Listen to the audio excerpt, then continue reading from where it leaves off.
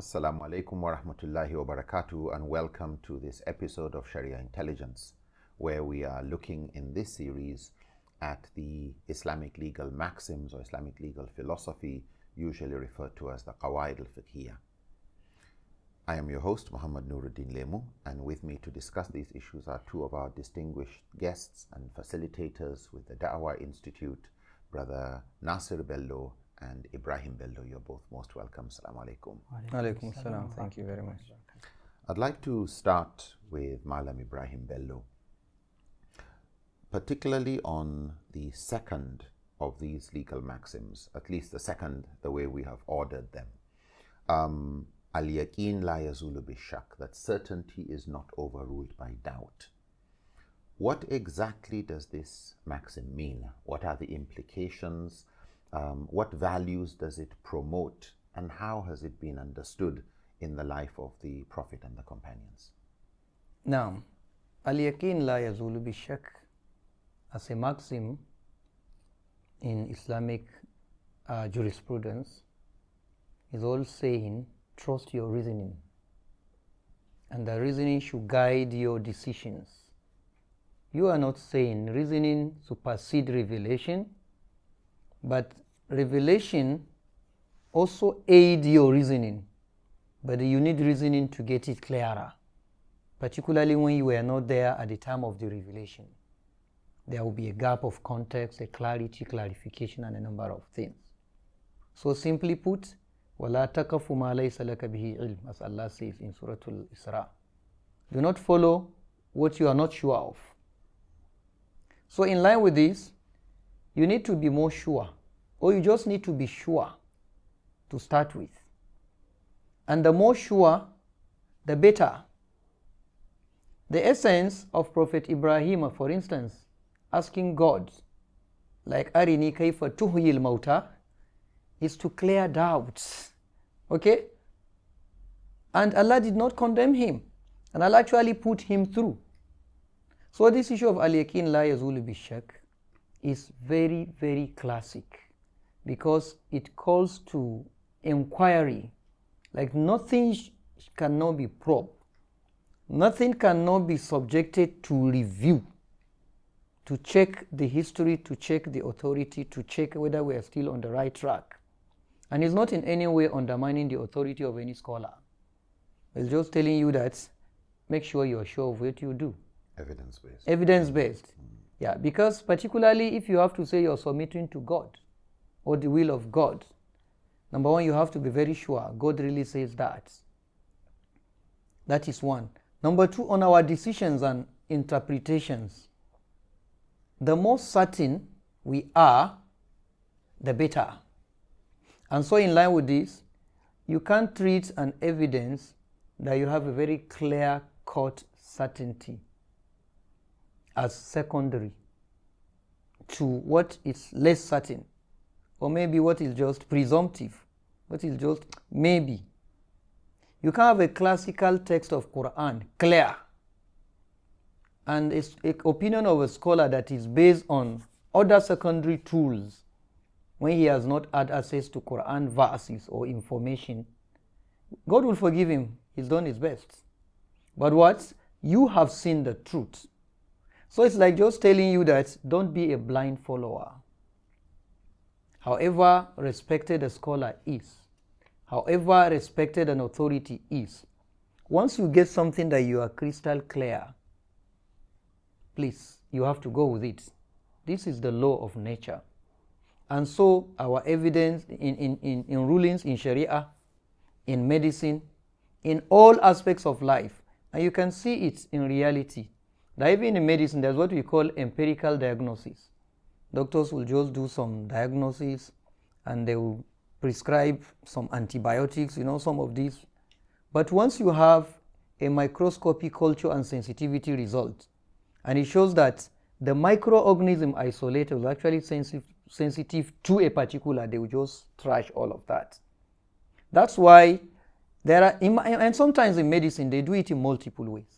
There is no way you go to hospital with a liver problem, and of course, however glaring the symptoms are, they will still want a laboratory test. They will go for a scanning. If it's a very advanced one, they have advanced scanning, CT scan, MRI. All of these things, they help them to get closer to the truth and rule out those things that are just likely, just to rule out. So even this issue of al-yaqin la yazulu bi-shak is for us to rule out those things that might be confusing and be sure we are handling the exact issue. So in Islam, in transaction, al-yaqin la yazulu bi-shak. On issues to do interpersonal relation, what will be the yaqin? Will always be, okay, what is the status quo? What is the premise? From where are we coming from? And so we start from that. And we need an evidence that is strong enough to uproot what is already established. And if we've been on an issue and we come to discover that the evidence is shaky based on the new evidence, then it supersedes. And in line with this, you can't continue subjecting a judgment or a ruling based on a weak hadith when you come to have a crystal clear, authentic hadith and probably multiple chain to that matter. I'm sorry, whatever scholar has that position should forgive us, okay? God will forgive him based on his own ijtihad. But now that it's clear to you, this is it. It's like seeing blue as blue in a broad daylight. Where you're like, but we used to believe it's black. That's what it means. So, trust reason, that is what it means. And trusting reason means what? Use your reason. The clearer, the better. Once you are sure this is harmful, you can't continue to live on it. Once you are sure this is better, there's no way you live on something that is not good. Everybody wants a better, isn't it? Now, even in evidence too, you want something you are more certain, you are more sure. Because there's a spectrum of knowledge. You have al-yaqin on one extreme, meaning something you are very sure of, you are certain. Then you have al-ilmu. Okay? Yaqin is a form of ilmu, but one extreme you are very certain. Then you have what you call zannu, most probable, presumptive, most likely true. Then you now come to the center of the spectrum where you have ashak. You're shaky, like no one overwhelm the other. Shak maybe is shaky. Shaky, exactly. Maybe. Like you can't give strength to one side of it, of the spectrum. Then after shak, you now have al-jahal, al-waham. Now, yaqeen is that the extreme end of it. That once you are sure this thing, it supersedes and outweigh all other ones. This is what it means. And so this has formed basis of many rulings, as we're going to see, including prohibitions in mu'amalat, in prayer, in interpersonal relation, in a number of things. You just want, where are we coming from? What is the basis? What is the premise? And so for anything to change it, you need a stronger evidence too. So basically what you're saying is al-yaqin la yazulu bi-shak, that certainty is not overruled by doubt. Put in another way is stronger evidence is not put aside for weaker evidence. At all. That we always go with evidence as opposed to speculation, and we always go with what is the stronger evidence. Malam Nasir, what would you add to this? The maxim al-yaqin la yazulu bi-shak, certainty is not overruled by doubt, has embedded in the meaning and of course the value it's promote the need to avoid rumor, hearsay, misgivings and inhibitions. And doubt and uncertainty naturally should stimulate curiosity for more research, cross-examination, reassessment of the evidences, particularly when there is difference of opinion. If you look at and another thing that is important, of course, is decisions should be based. Another important value that it's promote is that decisions should be based on stronger, clearer, more clear, and of course more explicit position or opinion. The entire subject of usul al-fiqh, if you look at it carefully, is premised on the need to maximize truth, to maximize certainty, and therefore establishing truth claim on the basis of ijtihad. If you look at the madhahib, what we call schools of juridical thought or schools of jurisprudence, the order of the equations also is from the most certain, that is the primary sources, to the less certain, getting to the secondary sources. And another important value is the importance of experts in trying to establish what is certain, in trying to understand and verify claims, truth claim. Just like in the field of religion, in the field of law, for example, the need for you to resort to and to ask and find out from the expert or specialist. So also in the field of public health, for example, and issues around pandemic, you need to resort to the experts, because they are the ones that know better. They are the ones that spend a long time trying to understand these issues. Another very important value is that it promotes critical thinking. There are some important questions that are used in trying to investigate truth claim, in trying to understand, differentiate strong from very weak or weaker opinions. And this is applicable to almost every field, including the field of Quran and Hadith. Some of these questions are trying to look at meanings and implication, are trying to verify the sources, are trying to look at evidences and see the degree of certainty. And therefore, in trying to understand the meaning and implication, usually the question that is being asked is, what do you mean? If you get to the level of sources, you want to find out from where did you get your information. If you move to the level of looking at the evidence, you would want to find out, how do you know, you that is making the claim, how do you know that this is the truth? How did you come about it being the truth? And if you are now trying to find, when you get to the level of trying to see the degree of certainty, how certain are you, is another question that you can look into. And not only that, is it the only probable reason, probable conclusion or probable explanation that you come about, or are there others? These are some of the questions that are being employed in trying to verify truth claim, from the level of meaning to the level of sources, to the level of evidence, and what you use to corroborate that, to the level of degrees of certainty.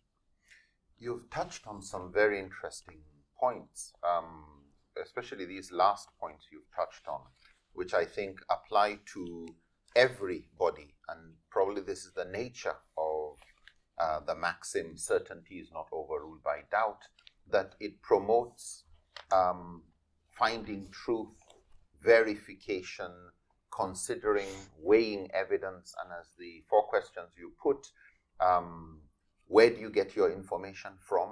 This curiosity of where is the information coming from? Is it from a credible source?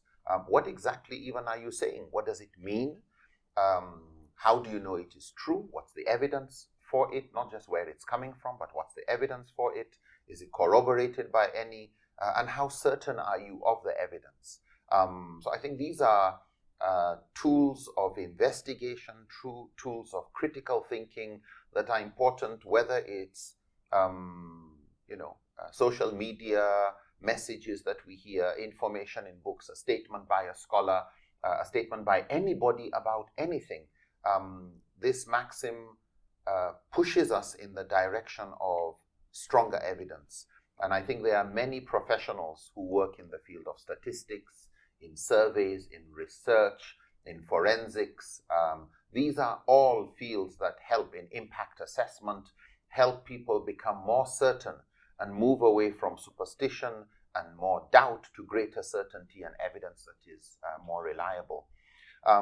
This brings to mind the statement that Malam Ibrahim mentioned earlier about legal presumption in Islam, the priority, what we know as true, and we only put that aside if we have something that is stronger as evidence. Malam Nasir, what would you say is the relationship between this maxim of certainty is not overruled by doubt and that of legal presumption, istishab, which we discussed briefly in Usulul Fiqh? What's the relationship between these two? One of the most important areas of application of this legal maxim of certainty is not overruled by doubt is, of course, the idea or the concept of istishab from usul al-fiqh, which basically is emphasizing or stressing on the need to maintain status quo, that things should be left the way they are. Currency in anything should be sustained until and unless you are able to come up with something that is as certain as what established it, that is making an exception. Otherwise, that level of status quo should be maintained. So if you look at the status of a human being, for example, where what is known, so that speaks to even the idea of, or the concept of general permissibility, which is tied to the idea of istishab, and coming to the status of a human being, where verses of the Quran speaks to the fact that human beings are elevated as khulafa of Allah subhanahu wa ta'ala, that is stewards, vicegerents of Allah on earth. And not only that, Allah has made available all the resources for their own benefit, for their own utilization, for their own consumption, as you can see in many verses of the Quran. وَسَخَّرَ لَكُم مَا فِي الْأَرْضِ جَمِيعًا. So this speaks to this idea of what is known, what is certain, is the idea of general permissibility, and that permissibility of access, of utilization of available resources for the benefit of mankind. And another important thing that is tied to this idea of certainty is the issue of innocence of human being, that originally human beings are created innocent. Everybody is born innocent. The other important maxim is about purity. He is born innocent, he is born sinless, he is born pure, and therefore any exception to that particular rule of innocence or purity that makes him guilty should be supported with evidence, with proofs. Otherwise, that stands. And therefore, permissibility in that sense, uncertainty seems to be in consonance, seems to be playing along the same line. And that is what demonstrates the relationship, essentially, between the concept of istishab and, of course, this particular maxim. And therefore, the maxim that explains clearly istishab is the maxim of permissibility of al-asl fil ashya al-ibaha. And that maxim is seen or categorized as a sub-maxim under this maxim of al-yaqin la yazulu bi-shak. So, certainty is not overruled by doubt, applies to everything is permissible except what is prohibited, in the sense that everything is permissible, we are more certain about. Exactly. So that's the legal presumption. Malam Ibrahim, what would you add to this? Yeah, certainty is not overruled by doubt as it relates to presumption of permissibility. It's like you have what you can call universal premise of things. Because Allah, like He said, هُوَ الَّذِي خَلَقَ لَكُم مَا فِي الْأَرْضِ جَمِيعًا. So when you go to an area, you first start, what is the basis? What is the premise here? So in animals, all of them are pure. Before you tell us the saliva of a particular animal or one animal is haram or najas, impure, you need an evidence. You go to business transactions too, the yaqeen there is everything is permissible. You want to say something new, a new form of trade is haram, you like, what is your evidence? People are innocent, this is the premise. So even a suspect is still not a victim, is not a convict. So, because al-aslu baka'u makana ala makana, because we are very sure of his innocence, we are yet to ascertain his guilt. So this issue of al-yaqinu la yazulu bi-shak is important in all these areas. Certainty is not overruled by doubt in all areas of life, in knowledge, like in each field now. And so when we have difficulties on issues that we are not getting clear, because Allah says first al dhikr, then we go to authorities who are the specialists in this area, then we trust. And because before you say somebody is a specialist, has undertaken a study, with evidence base. So in other words, evidence based findings should be the basis. And wherever you already have an established basis, then you need another stronger evidence, or at least of similar strength, to challenge the status quo. So that is why this al-yaqin la yazulu bi-shak is directly related to presumption of continuity on a number of things in various sectors of life.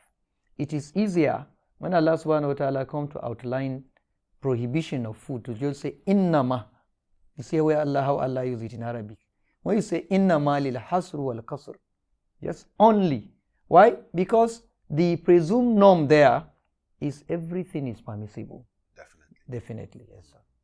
This is interesting also because from what you are saying, the detailed discussion of al-yaqin la yazulu bi-shak seems to be very much related to istishab in Islamic jurisprudence, in usulul fiqh, but probably focusing on it and going a bit broader to ensure not just that legal presumption is considered a priority, but the ensuring that anybody who wants to even challenge legal presumption should come with evidence that is as strong or even stronger, and in every aspect of life, as you've mentioned. Yeah, just to add, you see, like in a verse, Allah subhanahu wa ta'ala was challenging the contemporaries of the prophets when they were now, because of, in the name of superstition, trying to prohibit some things. He said, "Kul man harrama zinata Allahi allati akhraja lil ibadi." Who is that prohibits all the beautiful things and adornments that Allah has provided for His creation? So you see, from those, we look at it from this perspective, it's like, the norm is like, everything is permissible. Like, why is somebody coming to say no to it? The rhetorical question. Thank you, it's a rhetorical question. And you have a number of those kind of things, particularly in Surah Al-Ma'idah and Surah Al-An'am. So this is excellent. But if you could enlighten us a bit further, and I know we've touched on some of these examples in usulul fiqh when we were discussing legal presumption or the presumption of the status quo, istishab. What evidence do scholars bring to justify as authorities for the recognition of the maxim al-yaqin la yazulu bi-shak, that certainty is not overruled by doubt? Yeah, clearly Allah subhanahu wa ta'ala condemned or challenged the unbelievers. He said, "In yattabi'una illa dhann." They are only following whims, uncertainties. Wa inna dhanna la yughni min al-haqqi shay'a. And uncertainties does not suffice, cannot withstand anything in the place of the truth. It's also say, "Wala takafu ma laysa laka bihi ilm." Don't follow what you are not sure of.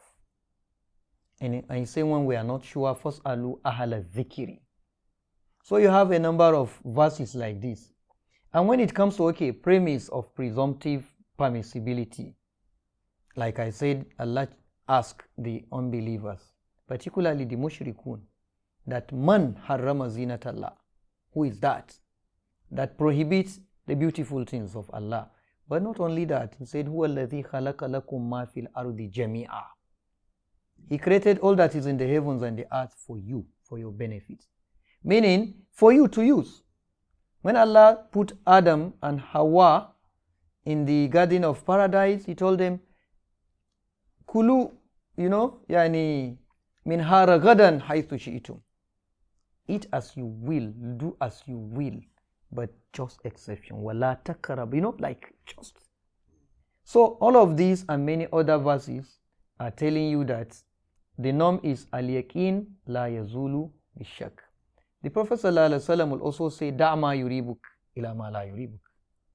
Leave that which you are in doubt of to that which you are not in. I mean, to what you are certain of. You are not in doubt of, meaning you are certain. That somebody complained that sometimes you have trouble with, and you start doubting yourself whether you fat or not. And he say, when you have that situation, just remain. You need an evidence to support, to clarify, and that is, say, sound or smell. So these are some of the evidence used to support this issue of al-yaqin la yazulu bi-shak. Of course, there are many other more, because for each of these maxims, there are a number of evidence.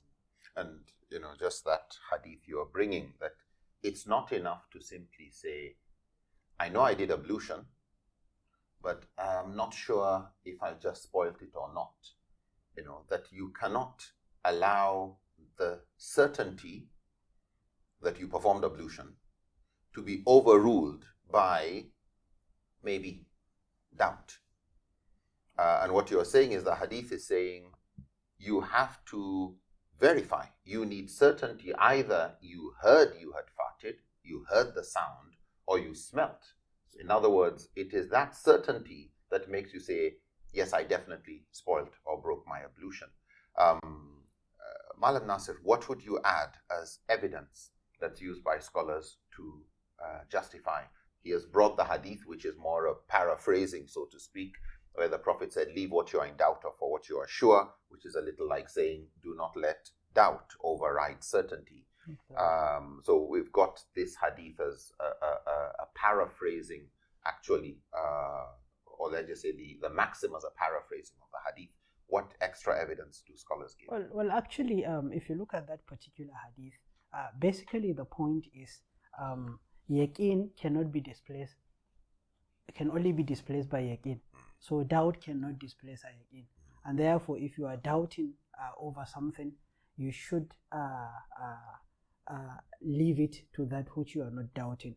And if you look at it carefully on the hadith he earlier mentioned about parting, or the thinking or the whims that doubt that I have performed ablution, I know that, I am very certain about that, I am not in the mosque trying to pray, then I begin to imagine or assume or feel or doubt that maybe I have parted or something of that nature.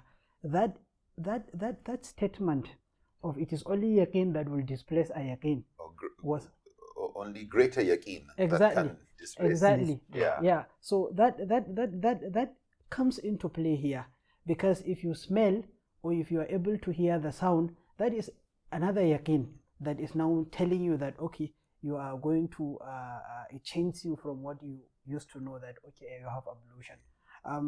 And coming back to the domain of general permissibility, which we are able to establish, is tied to this maxim of al-yaqin la yazulu bi-shak.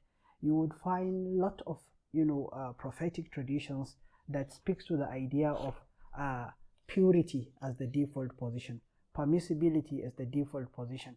For example, this hadith where Rasulullah was asked about the water in the sea, he said, huwa tuhuru ma'uhu al-hillu maitatuhu, that the water in the sea is considered to be originally pure, and even in fact the dead animals that the animals that you are able to catch from there, whatever that is permissible.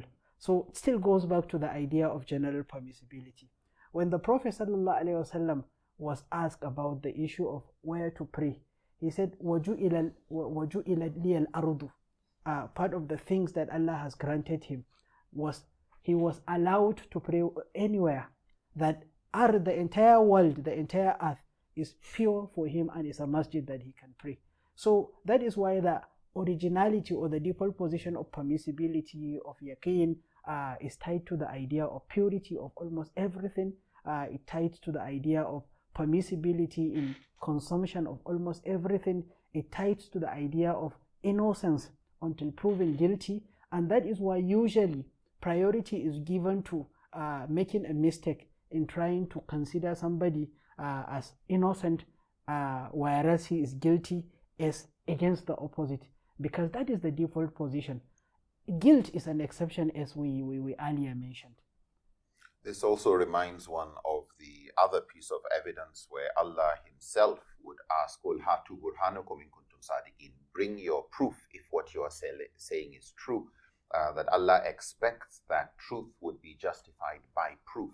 And alhamdulillah for all the examples you've given, one understands and appreciates why there's a consensus among scholars that this is, as you put it earlier, similar to a mutawatir hadith where the meaning is established by so many texts from the Quran, from the Sunnah, that we actually have a consensus among scholars on this qaida. The additional thing I would like you to please help us move into is we also talk about how these universal maxims have certain sub-maxims, maxims that have children related to them. Can you give us examples of these maxims? Of course, the fact that they are universal maxims, you would find many sub-maxims that are tied to them. Now, if you look at this maxim of al-yaqin la yazulu bi-shak, there are a lot of maxims. For example, al-aslu fil ashya al-ibaha that we talked about. The norm in almost everything is permissibility. Or al-aslu bara'atu dhimma. The norm is non-liability or absence of responsibility. Another maxim that is relevant to this is al-aslu al-insan al-hurriya, that the default, the original position is that everybody is free. Human beings are free by their nature. So that is the norm. Any exception of that has to be proved, evidence has to be made available that is convincing.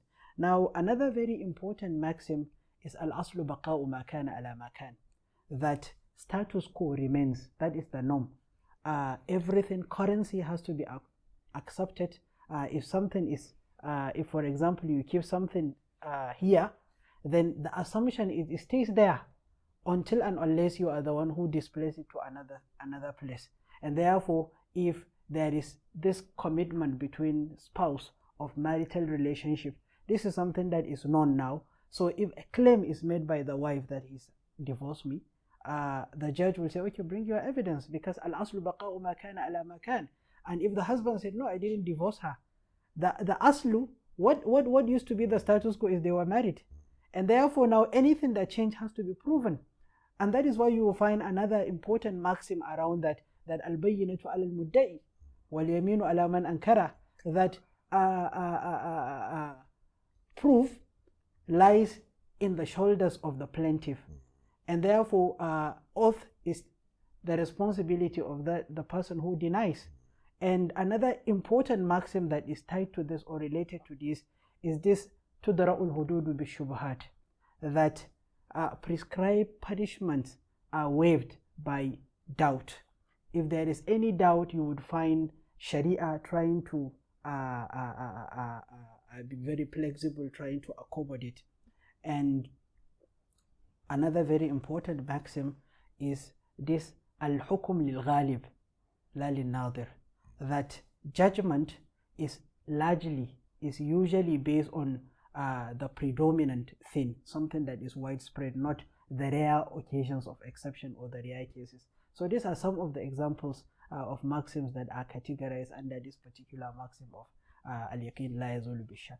And, as you've already mentioned, when you bring a maxim that says al-asl is something, whether al-asl baqa ma kana ala ma kana, al-asl fil ashya al-ibaha, al-asl, as you've already mentioned, that asl means that's the yaqeen, that's the area of greater certainty, that's the priority, that's the stronger legal presumption, and it becomes the rule unless there's evidence that is as strong.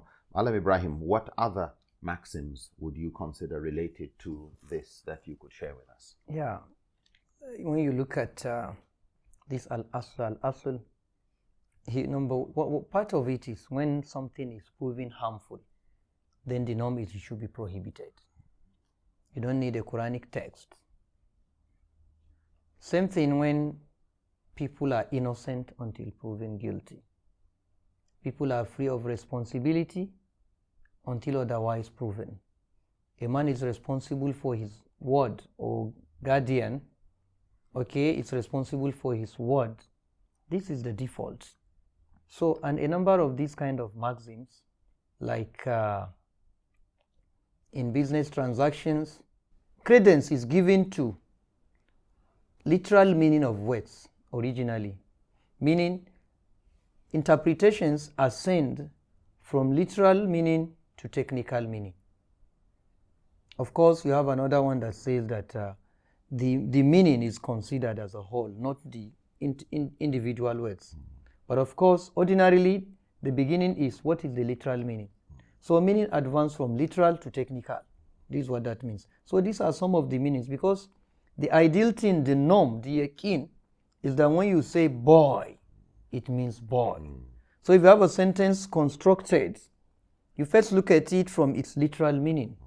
And that's why even in the interpretation of Quran, aside where you have technicalities, you start from the Arabic meaning.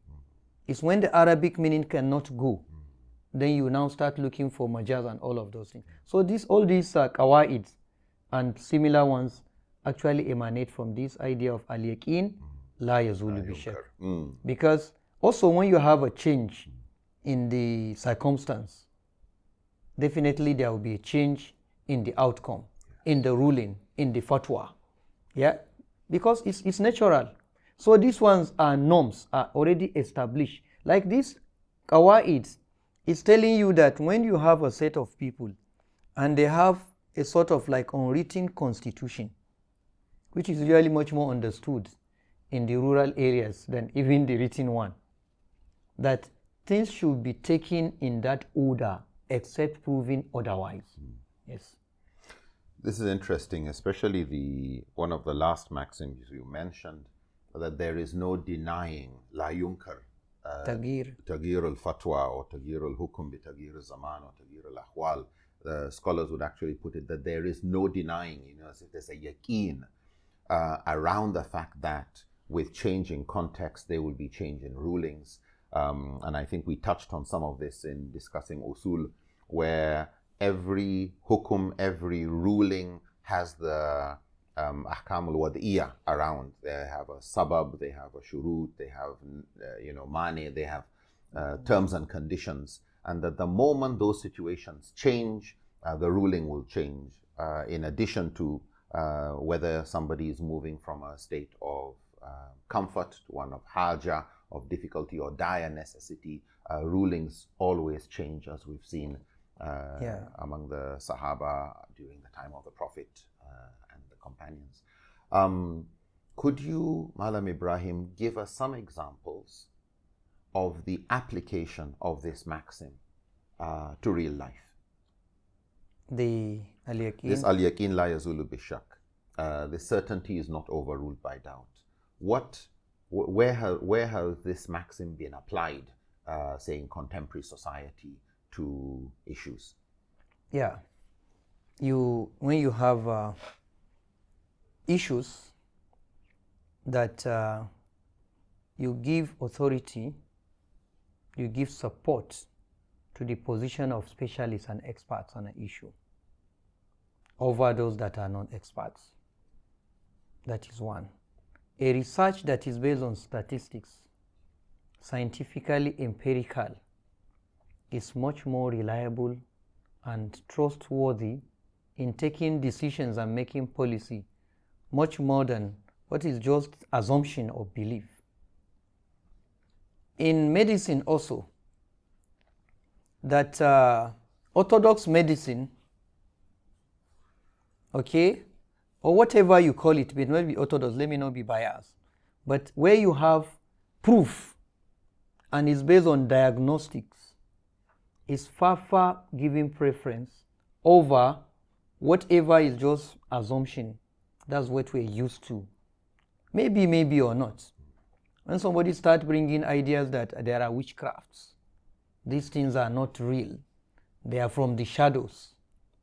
If you cannot prove it, you can't arrest somebody because somebody reported that I saw him in a dream. So all of these ones, and judges too will use it in court. There are things we don't make case in court because the judge doesn't have evidence. So these are some of the practical applications of these things. In the times of COVID-19 issues, for instance, okay, everybody was saying what he likes, and you start having experts from different areas. But the truth is that who are the Ahl Zikr, who have scientific base for their findings and their claims? We listen to them. A leader too, on issues, he should choose who he listened to on a particular issue. That's what it means. I like the point you are making, because when we look at all the other vaccines that we have been using, we trusted the World Health Organization. We trusted the companies that produce these vaccines. Today, what you find is doubt being created new conspiracy theories surrounding this. And as you put it, who is the expert? Who gives us more certainty than those who we have been listening to? So that, need to really dig in, be sure, as Malam Nasser gave, where do you get your information from? How do you know it's true? And to avoid, what the Prophet ﷺ said, that it's enough to make you a liar if all you do is keep repeating things you've said. Evidence must be based on proof, on something solid. Malam Nasser, what would you add to application of this? I think some of the other important areas of application of this very particular maxim is that it demonstrates the importance of scientific method and what they call double-blind experimentation, which actually is the highest level of objectivity in trying to make worldly socio-economic decisions.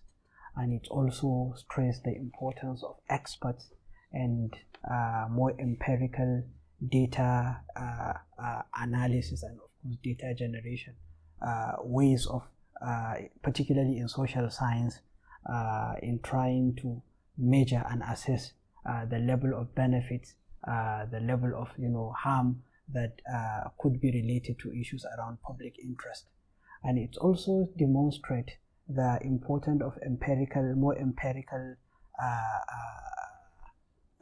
impact assessment, monitoring and evaluation of some of the critical and important religious activities, like the distribution of sadaqah and zakat, for example, like measuring the impact of, for example, activities like interfaith relations, da'wah work, resource management of Islamic organizations.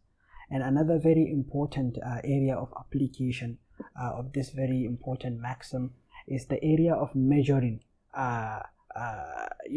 more empirical method in trying to measure the progress that a society is making in the realization of the maqasid of Sharia.